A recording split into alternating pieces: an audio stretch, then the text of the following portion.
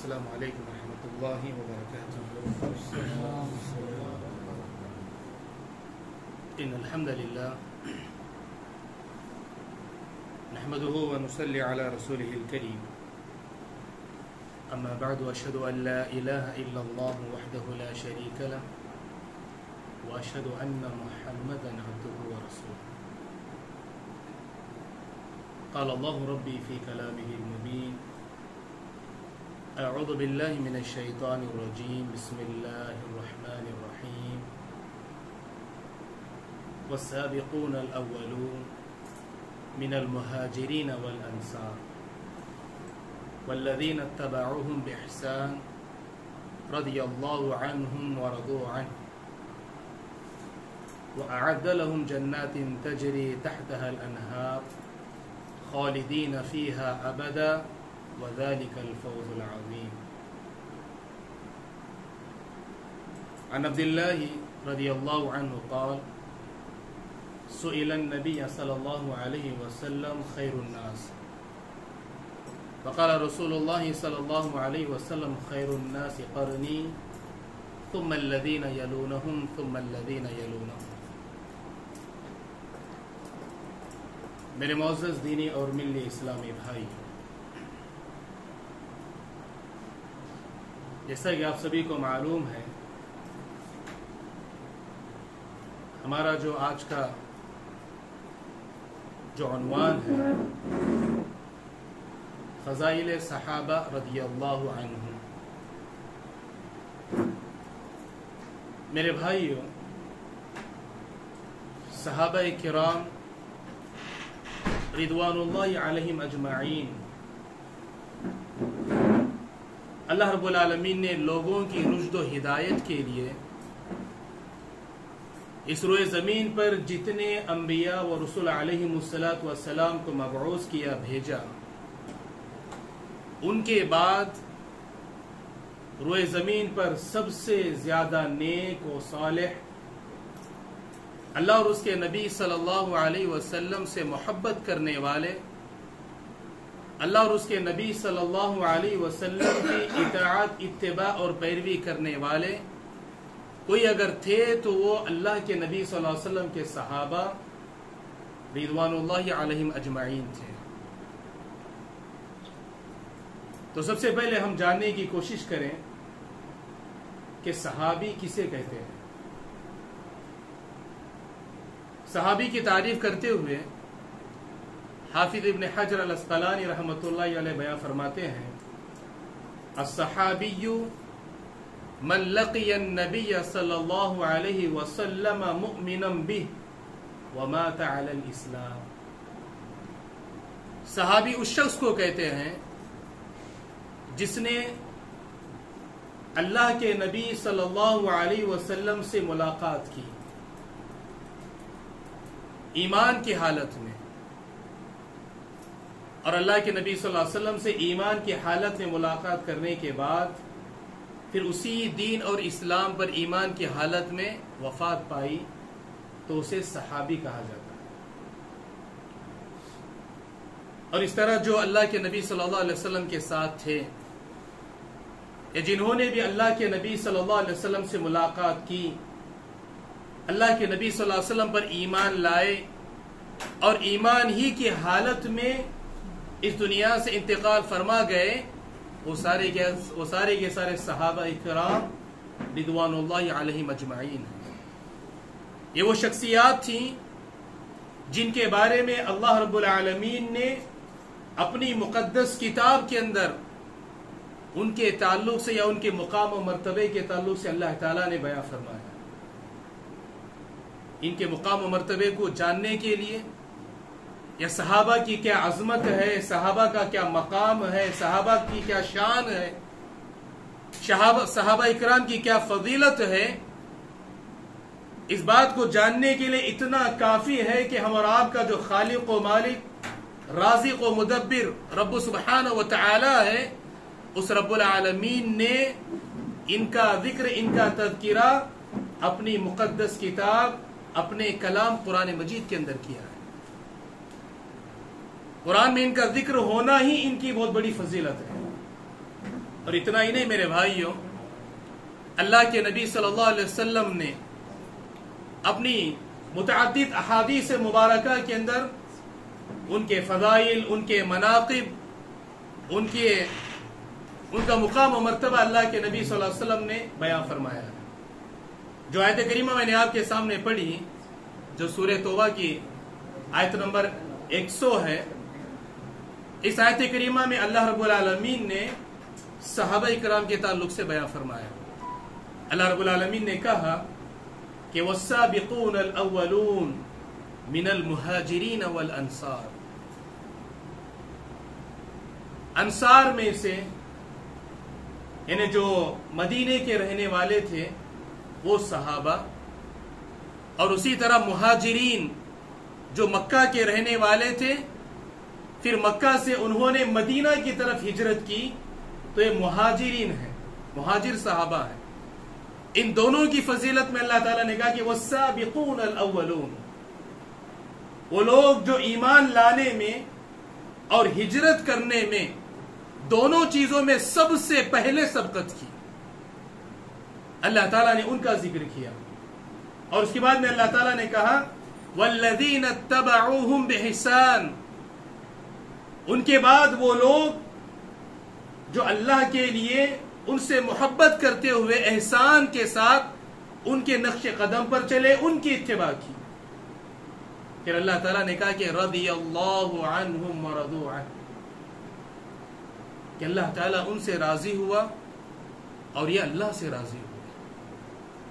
پھر دوسری چیز اللہ رب العالمین نے ان کے تعلق سے کہا وَأَعَدَّ لَهُمْ جَنَّاتٍ تَجْرِي تَحْتَهَا الْأَنْهَارِ، اور ان صحابہ کے لیے اللہ تعالیٰ نے ایسی جنتیں تیار کی ہیں جس کے نیچے نہریں بہتی ہیں، اور اللہ نے کہا کہ وَذَلِكَ الْفَوْزُ الْعَظِيمُ، اور یہی بہت بڑی کامیابی ہے۔ میرے بھائیوں، قرآن مجید کی یہ آیت مقدسہ تین طرح سے ہمیں تعلیم دیتی ہے۔ سب سے پہلی چیز اس آیت کریمہ میں مہاجرین کا ذکر ہے، اور جیسے میں نے کہا کہ مہاجرین وہ صحابہ جو مکہ میں تھے، مکہ سے ہجرت کر کے مدینہ پہنچے، یہ مہاجرین ہیں۔ اور دوسرا اللہ تعالیٰ نے ذکر کیا انصار کے بارے میں۔ انصار یہ وہ صحابہ تھے جو مدینے کے رہنے والے تھے، لیکن ان کی ایثار و قربانی، جو مہاجرین آئے ان کی مدد جس طرح انہوں نے کی، اللہ تعالیٰ نے ان کی فضیلت میں آیت کریمہ کے اندر بیان فرمایا۔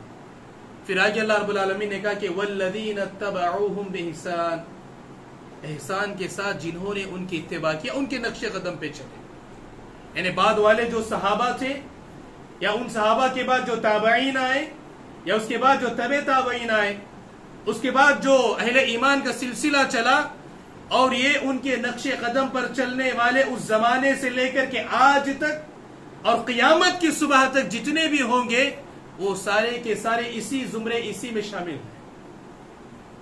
اللہ رب العالمین نے کہا کہ رضی اللہ عنہم، اللہ ان سے راضی ہوا، اور رضوا عنہ، یہ لوگ اللہ سے راضی ہوئے۔ اس آیت مقدسہ پہ اب غور کریں، صحابہ اکرام کی جو جماعت تھی وہ کوئی فرشتوں کی جماعت نہیں تھی، وہ انسان تھے۔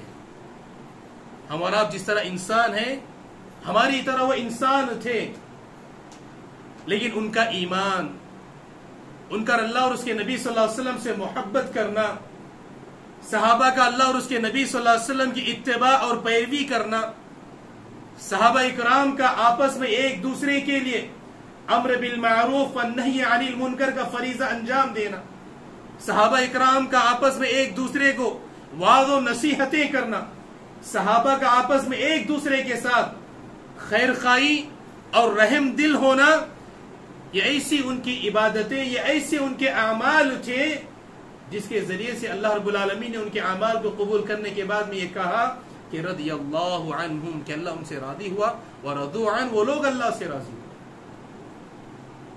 اللہ تعالیٰ نے انعام کے طور پر ان کی فضیلت میں اللہ تعالیٰ نے ان کے دنیا میں زندہ رہتے ہوئے اس آیت کریمہ کے ذریعے سے اللہ تعالیٰ نے یہ پیغام دیا، اور قیامت کی صبح تک اللہ رب العالمین کے اس کلام کی تلاوت، اس آیت کریمہ کی تلاوت ہوتی رہے گی اور لوگ اس کو بیان کرتے رہیں گے.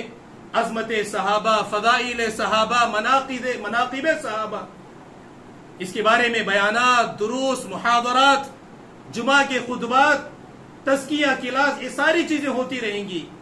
اس کے ذریعے سے اللہ تعالیٰ نے ان کے مقام و مرتبے، ان کے عظمت کو اللہ تعالیٰ نے بڑھا دیا. یہ بہت بڑی فضیلت کی بات تھی ان کے لیے. پھر اللہ تعالیٰ نے آگے بیان فرماتے ہوئے اتنا ہی نہیں، پھر اللہ تعالیٰ نے ان کے لیے ایسی جنتیں تیار کیا جس کے نیچے سے نہریں بہتی. اور یہی سب سے بڑی کامیابی ہے. میرے بھائیو، صحابہ کرام رضوان اللہ علیہ مجمعین کی فضیلت میں ایک آیت کریمہ اور اسی طرح ایک حدیث مبارکہ میں نے آپ کے سامنے جو صحیح بخاری کی حدیث ہے کہ اللہ کے نبی صلی اللہ علیہ وسلم سے سوال کیا گیا. سئل النبی صلی اللہ علیہ وسلم ای الناس خیر. باقاعدہ اللہ کے نبی صلی اللہ علیہ وسلم سے پوچھا گیا، اللہ کے نبی صلی اللہ علیہ وسلم سب سے بہترین لوگ کون ہیں سب سے بہترین لوگ؟ تو پہلے نبی صلی اللہ علیہ وسلم نے فرمایا خیر الناس قرنی. اگر لوگوں میں سب سے بہترین لوگ یا زمانے کے اعتبار سے سب سے بہترین زمانے کے لوگ اگر کوئی ہیں، قرنی، وہ میرے زمانے کے لوگ. یعنی اللہ کے نبی صلی اللہ علیہ وسلم اشارہ کر رہے ہیں کہ میرے زمانے کے جو لوگ، جو صحابہ ہیں، وہ سب سے خیر ہے. پھر اس میں اللہ کے نبی صلی اللہ علیہ وسلم نے کہا کہ ثم الذین یلونہم ثم الذین یلونہم، پھر ان کے بعد جو آئے، پھر ان کے بعد جو آئے. تو نبی کریم صلی اللہ علیہ وسلم کی اس حدیث مبارکہ سے یہ بات واضح ہو جاتی ہے میرے بھائیوں کہ صحابہ اکرام روئے زمین کے سب سے بہترین لوگ تھے. سب سے بہترین جماعت وہ صحابہ اکرام کی تھی. اور یہ فضیلت اگر ہم اور آپ اگر یہ چاہتے ہیں کہ والذین اتبعوہم بإحسان، احسان کے ذریعے سے، اخلاص کے ساتھ اللہ تعالیٰ کے لیے، ہم اور آپ کے لیے بھی ضروری ہے کہ ہم ان سے محبت کرنے والے بنیں، ان کے نقش قدم پہ چلنے والے بنیں. ان کے جیسے اعمال تھے، ان کی جیسی عبادتیں تھیں، یا صحابہ کا جو معاشرہ تھا، جو سماج تھا، جو سوسائٹی تھی، اس طرح ہم اگر اپنے آپ کو بنانے کی کوشش کریں، اس طرح اپنے آپ کو بنائیں، تو اللہ رب العالمین کی وہ فضیلت آیت کے ذریعے، اللہ کے نبی صلی اللہ علیہ وسلم کی وہ بشارت حدیث کے ذریعے اللہ تعالیٰ سے امید ہے کہ اللہ تعالیٰ اس زمرے میں ہم اور آپ کو بھی شامل کر دے. میرے بھائیوں، اللہ کے نبی صلی اللہ علیہ وسلم کے جو صحابہ تھے، اگر ان کا ایمان دیکھا جائے تو چٹان سے مضبوط ان کا ایمان تھا. وہ ٹھس سے مس ہونے والے نہیں تھے.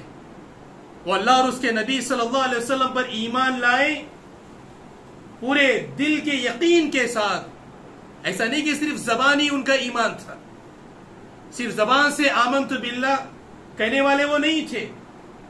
جہاں ان کے اندر اقرار باللسان تھا، تصدیق بالجنان پر بھی وہ عمل پیرا تھے، اور جہاں تصدیق بالجنان تھا تو عمل بالجوارح کی بھی وہ مثال تھے. یعنی اللہ اور اس کے نبی صلی اللہ علیہ وسلم پر ایمان لانے کا دعویٰ کیا اپنی زبان سے، اور اسی طرح وہ اپنے دل سے اس کی تصدیق بھی کی، اور اپنے اعضاء کے ذریعے، اپنے عمل کے ذریعے سے اللہ اور اس کے نبی صلی اللہ علیہ وسلم پر ایمان لانے کی دلیل اور اس کا ثبوت انہوں نے پیش کیا، جس کی وجہ سے اللہ رب العالمین نے صحابہ کے ایمان کو قیامت تک آنے والے مومنوں کے لیے ایک معیار اور ایک میزان بنایا. اللہ رب العالمین نے قرآن مجید سورہ بقرہ کے اندر بیان فرماتے کہا فَإِنْ آمَنُوا بِمِثْلِ مَا آمَنْتُمْ بِهِ فَقَدِ اهْتَدَوْا وَإِنْ تَوَلَّوْا فَإِنَّمَا هُمْ فِي شِقَاقٍ فَسَيَكْفِيكَهُمُ اللَّهُ وَهُوَ السَّمِيعُ الْعَلِيمُ. اللہ رب العالمین نے اس آیت کریمہ میں صحابہ کے ایمان کو ایک میزان، ایک معیار اللہ تعالیٰ نے بنایا اور کہا کہ فَإِنْ آمَنُوا بِمِثْلِ مَا آمَنْتُمْ بِهِ فَقَدِ اهْتَدَوْا. اگر یہ لوگ صحابہ کی طرح ایمان لے آئیں تبھی یہ لوگ ہدایت یافتہ ہو سکتے ہیں. کیوں؟ صحابہ کا ایمان اگر آپ دیکھیں، صحابہ اکرام رضوان اللہ علیہ مجمعین، ان کے اندر کمپرومائز نہیں تھا، سمجھوتا نہیں تھا دین کے معاملے میں، کتاب و سنت پر عمل کرنے کے معاملے میں، قرآن و حدیث پر چلنے کے معاملے میں ان کے اندر کمپرومائز اور سمجھوتا بالکل نہیں تھا۔ اللہ تعالیٰ نے اس کی وضاحت قرآن مجید میں ایک دوسرے مقام پہ بیان فرماتے ہوئے کہا کہ محمد الرسول اللہ، محمد صلی اللہ علیہ وسلم یہ اللہ کے رسول ہیں، اور اللہ نے کہا کہ والذین معہ اشداء علی الکفار رحماء بینہم۔ صحابہ کے تعلق سے اللہ تعالیٰ نے بیان فرمایا محمد صلی اللہ علیہ وسلم یہ اللہ کے رسول ہیں، اور اللہ کے نبی صلی اللہ علیہ وسلم کے ساتھ جو ان کے اصحاب جو ساتھی ہیں، اشداء علی الکفار، کفر کے معاملے میں، شرک کے معاملے میں، اس زمانے کے رسوم و رواج کے معاملات میں وہ بہت ہی سخت تھے۔ لیکن اگر وہ آپس میں ایک صحابی دوسرے صحابی سے، صحابہ کا جو سماج تھا، صحابہ کا جو معاشرہ تھا، صحابہ کی جو جماعت تھی، صحابہ کی جو سوسائٹی تھی، اس کے تعلق سے اللہ تعالیٰ نے بیان فرمایا ان کے دل آپس میں ایسے تھے کہ رحماء بینہم، بڑے رحم دل تھے وہ آپس میں، سخت دل کوئی صحابی نہیں تھا۔ ایک بھائی دوسرے بھائی کے تعلق سے سخت دلی یا تنگ دلی یا حسد یا بغض یا عداوت یا دشمنی یا تعصب یا نخوت یا کدورت، کینہ کپٹ، ان ساری غلاظتوں سے، ان ساری خباثتوں سے، ان ساری دل کی بیماریوں سے صحابہ اکرام کے دل بالکل پاک و صاف تھے، بڑے رحم دل تھے صحابہ آپس میں۔ لیکن اگر شرک کا معاملہ ہوتا، کفر کی بات ہوتی، اس میں بڑے سخت تھے۔ تبھی تو اللہ تعالیٰ نے کہا کہ ان کے ایمان کو اللہ تعالیٰ نے معیار اور میزان بنایا، کس سے مس ہونے والے نہیں تھے، اتنا پختہ اور اتنا مضبوط ان کا ایمان تھا۔ آپ کو پتا ہونا چاہیے اللہ کے نبی صلی اللہ علیہ وسلم جب ابتدا میں، شروعات میں جب اللہ کے دین کی دعوت و تبلیغ کر رہے، کچھ لوگ اللہ کے نبی صلی اللہ علیہ وسلم پر ایمان لے آئے، کیسے مشکلات آئے، لوگوں نے بات چیت کرنا چھوڑ دیا، رشتہ داریاں توڑ لی، باپ بیٹے سے ناراض ہے تو بیٹا باپ سے ناراض ہے، ماں بیٹی سے خفا ہے تو بیٹی ماں سے خفا ہے، بھائی بھائی کا چہرہ دیکھنا پسند نہیں، رشتہ داریاں توڑ دی گئیں، خاندانوں سے رشتہ توڑ دیا گیا، اور یہاں تک کہ ایک دوسرے سے بات کرنا بند کر دیا گیا۔ اس کے بعد میں حالت ایسی ہوئی کہ سوشل بائیکاٹ ہوا، خرید و فروخت ساری چیزیں بند کر دی گئیں۔ ایسا لگنے لگا کہ زمین اہل ایمان کے لیے، صحابہ کے لیے ایسے لگ رہا تھا جیسے تنگ ہو گئی ہے، کوئی بات کرنے والا نہیں ہے، کوئی رشتہ رکھنے والا نہیں، کوئی تعلقات جوڑنے والا نہیں ہے۔ اس کے بعد میں شیب ابی طالب میں ڈالا گیا، 2 سال تک شیب ابی طالب میں صحابہ رہے، اور شیب ابی طالب کی تاریخ آپ پڑھ کے دیکھیں کہ وہاں معصوم بچے بھوک و پیاس کی وجہ سے ایسے چیختے، ایسے بلبلاتے کہ ان کی آوازیں، ان کی چیخ و پکار لوگوں کا چین و سکون ختم کر دیتی، ماؤں کے سینوں سے دودھ ختم ہو گیا تھا، کھانے پینے کی کوئی چیز میسر نہ تھی، صحابہ درختوں کے پتے کھا کر کی زندگی گزار رہے تھے۔ اس کے باوجود بھی صحابہ نے اپنے ایمان کو نہیں چھوڑا، ایمان پر ثابت قدم رہے۔ 2 سال کی یہ مشقتیں، یہ تکالیف انہوں نے اللہ کے لیے برداشت کی۔ اور بلال رضی اللہ عنہ کا واقعہ، جلتی ہوئی تپتی ہوئی ریت میں لٹا دیتے، ننگے بدن، اور اس پر سینے پر پتھر کی چٹان رکھ دیتے، اور دبا کر کے کہتے کہ ایک بار کہہ دو کہ میں اللہ اور اس کے رسول صلی اللہ علیہ وسلم پر ایمان نہیں لے آتا، ہم تمہاری جان بخش دیں گے۔ پھر بھی بلال حبشی کیا کہتے؟ احد احد احد کا نعرہ لگاتے، نہیں اللہ ایک ہے، اللہ اکیلا ہے، اللہ تنہا ہے، اسی چیز کا نعرہ لگاتے۔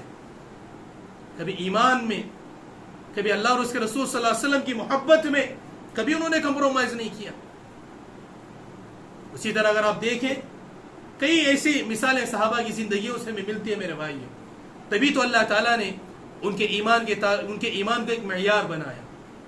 اور اگر آج لوگوں کا اگر مزاج اور معاملہ دیکھا جائے، اگر کتاب و سنت پر عمل کرنے کا معاملہ ہو، بہت ساری چیزوں میں ہم ایڈجسٹمنٹ کرتے ہیں، بہت ساری چیزوں میں کمپرومائز کر لیتے ہیں، بہت ساری چیزوں میں ہم تھوڑا حکمت کے نام پر نام حکمت کا دیا جاتا ہے اور مقصد یہ ہوتا ہے کہیں ہمارے اس وجہ سے کہیں اس کا دل ناراض نہ ہو جائے، کہیں وہ خفا نہ ہو جائے، کہیں ہم سے وہ ناراض نہ ہو جائے. یہ چیز چھپی ہوتی ہے اور نام اس کو دیا جاتا نہیں، حکمت کے ذریعے سے ہم چل رہے ہیں. میرے بھائیو یاد رکھیں، اللہ کی کتاب، اللہ کے نبی صلی اللہ علیہ وسلم کی تعلیمات، روئے زمین کے اوپر اس سے بڑی حکمت والی کوئی اور چیز نہیں ہے، کوئی اور حکمت ہو ہی نہیں سکتی ہے. تبھی تو اللہ رب العالمین نے قرآن مجید میں کیا کہا؟ ادعو الی ربک بالحکمہ والموعظۃ الحسنہ وجادلہم باللتی ہی احسن، کہ آپ لوگوں کو حکمت کے ذریعے سے بلائیں. یا حکمت سے کیا مراد ہے؟ کہ ہم سمجھوتا کریں، ان کے قدم بہ قدم چلیں. اگر کوئی بدعات کر رہے ہیں بدعات میں سمجھوتا کر لیں. اگر کوئی رسوم و رواج کر رہا ہے تعصب کے نام پر، شخصیت پرستی کے نام پر، یا تقلید کے نام پر، یا کبھی قوم و برادری کے تعصب کے نام پر، نہیں، ایسا نہ ہو جائے کہ وہ ناراض ہو جائیں، قوم ناراض ہو جائے، خاندان والے ناراض ہو جائیں گے، دوست و احباب ہم سے تعلقات کو کاٹ لیں گے. یہ حکمت نہیں ہے میرے بھائیو. اللہ رب العالمین نے کہا کہ ادعو الی ربک بالحکمہ، آپ اپنے رب کی طرف لوگوں کو دعوت حکمت کے ساتھ. حکمت کیا ہے یہاں پہ؟ کمپرومائز کا نام حکمت نہیں ہے، سمجھوتے کا نام حکمت نہیں ہے، ایڈجسٹمنٹ کا نام حکمت نہیں ہے. اللہ کی کتاب یہ حکمت ہے. اللہ کی کتاب کے ذریعے، اللہ کے حکام و فرامین کے ذریعے، قرآن کی تعلیمات کے ذریعے حکمت ہے.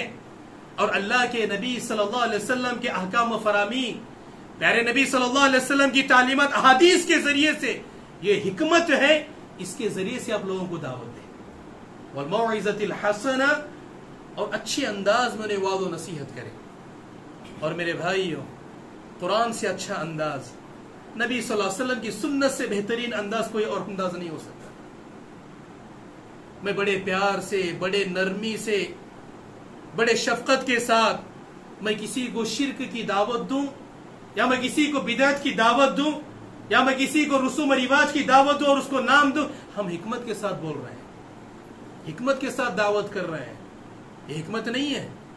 فَإِنَّ خَيْرَ الْحَدِيثِ کتاب اللہ، سب سے بہترین کتاب، سب سے بہترین بات اگر کسی کی ہو سکتی ہے کتاب اللہ، وہ اللہ کی کتاب یعنی قرآن مجید ہے. وَخَيْرَ الْحَدِيِ هَدْيُ محمد صلی اللہ علیہ وسلم، اور سب سے بہترین طریقہ اور راستہ اگر کوئی ہم اپنا سکتے ہیں، اختیار کر سکتے ہیں دعوت میں، وہ پیارے نبی صلی اللہ علیہ وسلم کا راستہ ہے، پیارے نبی صلی اللہ علیہ وسلم کی سنت ہے. میرے بھائی، وَجَادِلُهُم بِالَّتِي هِيَ أَحْسَنُ، اگر کسی دینی مسئلے میں اگر اختلاف ہو گیا تو آستین نہیں چڑھانا ہے، زبان کو غلط استعمال نہیں کرنا ہے. اگر دینی مسئلے میں اگر اختلاف ہو جائے، اللہ رب العالمین نے کہا کہ احسن طریقے سے، اچھے انداز میں، قرآن و احادیث کی روشنی میں اس مسئلے کو حل کرنا چاہیے. اللہ تعالیٰ نے کہا کہ فَإِن تَنَازَعْتُمْ فِي شَيْءٍ فَرُدُّوهُ إِلَى اللَّهِ وَالرَّسُولِ، اگر دین کے کسی بھی مسئلے میں اگر اختلاف ہو جائے، کوئی بھی مسئلہ کیوں نہ ہو، آپ اپنے اس مسئلے کو لوٹاؤ کہاں پہ؟ قرآن و سنت کی طرف، کتاب و سنت کی طرف. اللہ تعالیٰ نے یہاں پہ اختلافی مسئلے کو کسی اور تیسری طرف لوٹانے حکم نہیں دیا. اللہ کے بندو، اللہ کا دین بڑا آسان ہے، بڑا واضح اور صاف دین ہے. اگر ہمارے درمیان کسی بھی اعتبار کے اختلافات کیوں نہ ہو، دینی اعتبار سے ہو، معاشرتی اعتبار سے ہو، اخلاقی اعتبار سے ہو، کاروبار کے اعتبار سے ہو، گھریلو اعتبار سے ہو، جماعتی اعتبار سے ہو، کسی بھی اعتبار سے کیوں نہ ہو، اگر کوئی بھی مسئلہ اگر آپ کے درمیان اختلاف والا ہے، اللہ تعالیٰ نے اس کا آسان سا حل بتا دیا. فَإِن تَنَازَعْتُمْ فِي شَيْءٍ فَرُدُّوهُ إِلَى اللَّهِ وَالرَّسُولِ، اس کو اللہ اور اس کے رسول کی طرف آپ لوٹا دیں. قرآن و سنت میں آپ اس کا حل تلاش کریں، انشاءاللہ آپ کتاب و سنت میں، قرآن و حدیث میں آپ کو اس کا حل مل جائے گا. تو میں نے کہا میرے بھائیوں، بتانے کا مقصد یہ ہے کہ صحابہ اکرام کا جو ایمان تھا وہ چٹان سے مضبوط تھا. جو اللہ کی کتاب میں ہے، جو اللہ کے نبی کی حدیث میں ہے، اس کے مطابق وہ عمل کرنے والے تھے. اور اسی طرح میرے بھائیوں، صحابہ اکرام کے تعلق سے جو آتا ہے کہ وہ رحماء بینہم، آپس میں بڑے رحم دل تھے. ہم اور آپ کو ضرورت ہے دلوں کو نرم کرنے کی، دلوں میں اللہ کے لیے اپنے بھائیوں کی الفت و مودت کو پیدا کرنے کی بے حد ضرورت ہے. پہلے نبی صلی اللہ علیہ وسلم نے کہا کہ علیکم بسنتی وسنت الخلفاء الراشدین المہدیین، تم پر میری سنت ہے اور اسی طرح جو میرے خلفاء جو ہدایت یافتہ ہیں، جو نیک ہیں، ان کی سنت یا ان کا طریقہ بھی لازم ہے. کیوں میرے بھائیو، دیکھیے قرآن و سنت کو سمجھنے کے لیے، اللہ کی کتاب نبی صلی اللہ علیہ وسلم کے حدیث کو سمجھنے کے لیے ہم اور آپ کے لیے ضروری ہے کہ صحابہ کے فہم کو سمجھنا ضروری ہے. صحابہ نے کس طرح قرآن و حدیث کو سمجھا، صحابہ کس طرح قرآن کی آیت کو لیتے تھے، صحابہ نے اللہ کے نبی صلی اللہ علیہ وسلم کی حدیث کی تشریح کس طرح کی. یہ لازم اور ضروری ہے کہ قرآن و حدیث کو سمجھنے کے لیے صحابہ کی تاریخ، صحابہ کی سیرت، صحابہ کا فہم، صحابہ کی سمجھ کو جاننا سمجھنا یہ ہمارا آپ کے لیے ضروری ہے. کوئی یہ نہیں کہہ سکتا کہ قرآن و حدیث کو میں اپنی سمجھ کے اعتبار سے سمجھوں گا یا میں اپنے اعتبار سے قرآن و حدیث کو سمجھوں گا. نہیں، قرآن و حدیث کو سمجھنے کے لیے ضروری ہے کہ صحابہ جس طرح انہوں نے سمجھا اس طرح ہم سمجھیں. رحماء بینہم، صحابہ آپس میں بڑے مہربان اور رحم دل تھے میرے بھائی. اس کی مثال آپ دیکھیں، عبداللہ بن عمر رضی اللہ عنہ بیان فرماتے ہیں کہ صحابہ کا سماج، صحابہ کی سوسائٹی کس طرح تھی. عبداللہ بن عمر رضی اللہ عنہ کہتے ہیں کہ ہم صحابہ اس طرح آپس میں رہا کرتے تھے کہ ایک مرتبہ ایک صحابی کے گھر میں کسی نے بکرے کا سر ہدیہ دیا، تحفۃً ہدیے میں دیا. وہ صحابی کے گھر جب وہ بکرے کا سر ہدیہ پہنچا تو صحابی خود محتاج ہے، خود ضرورت مند ہے، خود انہیں اس کی ضرورت تھی، لیکن وہ صحابی اپنے لیے، اپنے بیوی بچوں کو اس کو بنانے کے لیے انہوں نے اپنے بجائے دوسرے صحابی کو ترجیح دی. اور وہ بکرے کا سرا انہوں نے کہا کہ میرا اور ایک صحابی ہے جو مجھ سے زیادہ حاجت مند ہے، اس کے بیوی بچے مجھ سے زیادہ اس کے حاجت مند اور ضرورت مند ہیں. اس صحابی نے اس بکرے کے سرے کو دوسرے صحابی کے گھر بھیجا، اور دوسرے صحابی کا بھی یہی معاملہ تھا. تو اس دوسرے صحابی نے وہ ہدیہ تیسرے صحابی کے گھر بھیجا. عبداللہ بن عمر رضی اللہ عنہ بیان فرماتے ہیں کہ وہ بکرے کا سر ہدیتاً 7 صحابہ کے گھر سے ہوتا ہوا دوبارہ پہلے صحابی کے گھر کو ہی لوٹ کر کے آیا. صحابہ کیسے آپس میں ایک دوسرے کے کتنے رحم دل تھے. اور آج ہمارا سماج، ہمارا معاشرہ، ہماری سوسائٹی کا اندازہ لگائیں، کہاں ہمارے اندر وہ فکر ہے، کہاں آج ہمارے اندر وہ خیر خواہی ہے، کہاں وہ اپنے دوسرے بھائیوں کو اپنے اوپر ترجیح دینے کا معاملہ ہے، کہاں ہم کبھی کسی اور کے بارے میں سوچنے والے ہیں. ہر کوئی اپنے بارے میں سوچتا ہے، ہر ایک کو اپنی فکر ہے، اپنی اولاد کی فکر ہے، اپنے گھر کی فکر ہے. لیکن صحابہ کا منہج، صحابہ کی سیرت، صحابہ کی تاریخ آپ پڑھ کے دیکھیں، وہ اپنے اوپر ہمیشہ دوسروں کو ترجیح دی ہے. اور اتنا ہی نہیں میرے بھائیوں، یہاں تو صحابی نے اپنے اوپر دوسرے صحابی کو ترجیح دی. ابو طلحہ رضی اللہ عنہ اور ان کی بیوی ام سلیم رضی اللہ عنہا، ان دونوں نے اپنے بچوں کے کھانے پر ایک دوسرے صحابی کو ترجیح دی ہے. یہاں تک انہوں نے خیال، اتنا زیادہ وہ آپس میں ایک دوسرے کے تعلق سے خیر خواہ اور رحم دل تھے. حدیث میں آتا ہے، اسی بخاری مسلم کی حدیث ہے، ایک مرتبہ اللہ کے نبی صلی اللہ علیہ وسلم کے پاس ایک مہمان آتے. اللہ کے نبی صلی اللہ علیہ وسلم، حدیث میں آتا ہے کہ ابو ہریرہ رضی اللہ عنہ کو بھیجا. راوی کہتے ہیں کہ خود وہ ابو ہریرہ تھے. تو اللہ کے نبی صلی اللہ علیہ وسلم نے اپنی صحابیات کے گھر بھیجا، اپنی بیویوں کے گھر بھیجا کہ آپ جائیں اس مہمان کے لیے گھر میں کچھ کھانے کا انتظام ہو، تھوڑا پوچھ کر کے آئیں. صحابی گئے پہلے ام المومنین کے گھر، یہی جواب آیا کہ گھر میں کھجور اور زیتون کے علاوہ کچھ نہیں ہے. گھر میں کھجور اور زمزم کے علاوہ کچھ نہیں ہے، اور بعض حدیث میں صرف پانی کے علاوہ کچھ اور نہیں ہے. اس طرح وہ صحابی نبی صلی اللہ علیہ وسلم کے ساری ازواج مطہرات، تمام امہات المومنین کے گھر گئے اور یہی جواب آیا تو واپس پلٹ کے آئے. کہ اللہ کے نبی صلی اللہ علیہ وسلم کسی ام المومنین کے گھر میں اس مہمان کی مہمان نوازی کے لیے کچھ بھی نہیں ہے. آپ سوچ کے دیکھیں اس بات سے کہ خود اللہ کے نبی صلی اللہ علیہ وسلم کے گھر کا کیا معاملہ تھا. اس کے بعد اللہ کے نبی صلی اللہ علیہ وسلم موجود صحابہ سے کہتے ہیں تم میں سے کوئی صحابی ہے جو آج میرے مہمان کو اپنے گھر مہمان نوازی کرائے؟ تو ابو طلحہ رضی اللہ عنہ کھڑے ہوتے ہیں، کہتے ہیں اللہ کے نبی صلی اللہ علیہ وسلم آپ کا یہ مہمان آج میرے گھر مہمان ہوگا. گھر لے جاتے اور ام سلیم سے کہتے ہیں مہمان رسول ہیں کہ ان کے لیے گھر میں کچھ ہے؟ کہتے ہیں اللہ کی قسم آج رات تو ہم دونوں کو تو بھوکا سونا ہی ہے، گھر میں کھانے کو تو کچھ ہے ہی نہیں کہ ہم دونوں کھا کے سو سکیں، ہم دونوں کو بھوکا سونا ہی ہے. ہاں بچوں کے کھانے کے لیے کچھ باقی ہے، اگر بچے اڑ جائیں تو ان کا کچھ کھانے کے لیے بچائے، اتنا اس کے علاوہ کچھ نہیں ہے.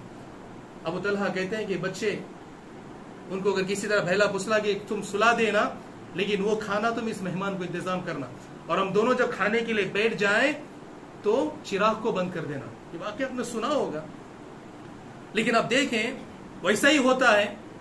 اس کے بعد میں صبح میں اللہ کے نبی صلی اللہ علیہ وسلم سے ملاقات کرتے ہیں تو پہلے نبی صلی اللہ علیہ وسلم کیا کہتے ہیں؟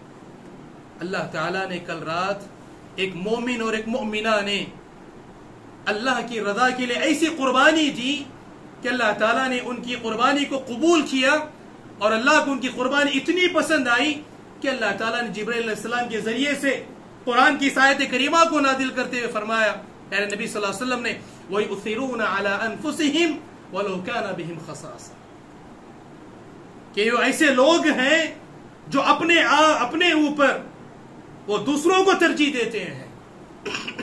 اب اندازہ لگائیں اس واقعے کے ذریعے، یہ وہ صحابہ کی جماعت تھی، یہ وہ صحابہ کی قربانیاں تھی، یہ وہ صحابہ کا سماج و معاشرہ تھا. صحابہ اس طرح آپس میں ایک دوسرے کے تعلق سے رحم دل رکھنے والے تھے. اور آج ہم اپنے دلوں کا جائزہ لیں، اپنے دلوں کا محاسبہ کریں. آج ہمارے دل اپنے بھائیوں کے تعلق سے کیسے ہیں؟ کتنی رحم دلی، کتنی خیر خواہی آج ہمارے دلوں کے اندر پائی جاتی ہے. اور ساتھ ہی ساتھ آخری بات کے بات ختم کر دو میرے بھائیوں، صحابہ اکرام کی سیرت سے میرے بھائیوں ایک نصیحت، ایک پیغام، ایک درس ہمارے لیے یہ ملتا ہے کہ صحابہ اکرام کے اندر جو صبر تھا، ان کے اندر جو برداشت کی قوت تھی، اور ان کے اندر جو ایثار و قربانی کا جو جذبہ تھا، یقیناً وہ بے مثال ہے. آج ہمیں ضرورت ہے اس بات کی. ہم کہتے ہیں کہ ہم صحابہ پر ایمان رکھنے والے ہیں، جیسا کہ امام